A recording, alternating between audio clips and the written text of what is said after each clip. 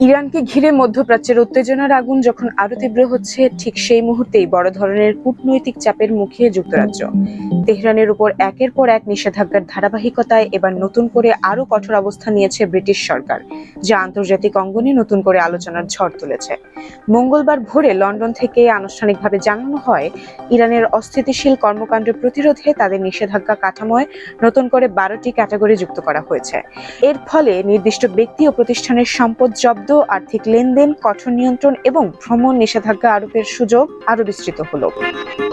British পররাষ্ট্র দপ্তর জানিয়েছে, জাতীয় নিরাপত্তা ও আন্তর্জাতিক স্থিতিশীলতার ঝুঁকি বিবেচনা করেই এই পদক্ষেপ নেওয়া হয়েছে।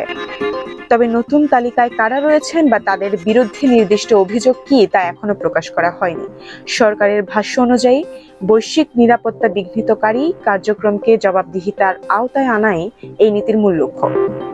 দীর্ঘদিন ধরেই পশ্চিমা দেশগুলোর সঙ্গে ইরানের সম্পর্ক টানাপোড়েনের মধ্যে রয়েছে।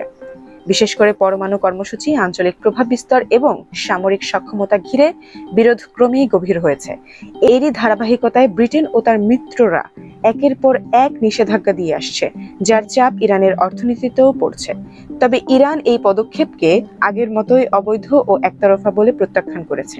তেহরানের দাবি, এমন নিষেধাজ্ঞা সাধারণ মানুষের উপর নেতিবাচক প্রভাব ফেলে, কিন্তু তাদের নীতিতে কোনো পরিবর্তন আনতে পারবে না।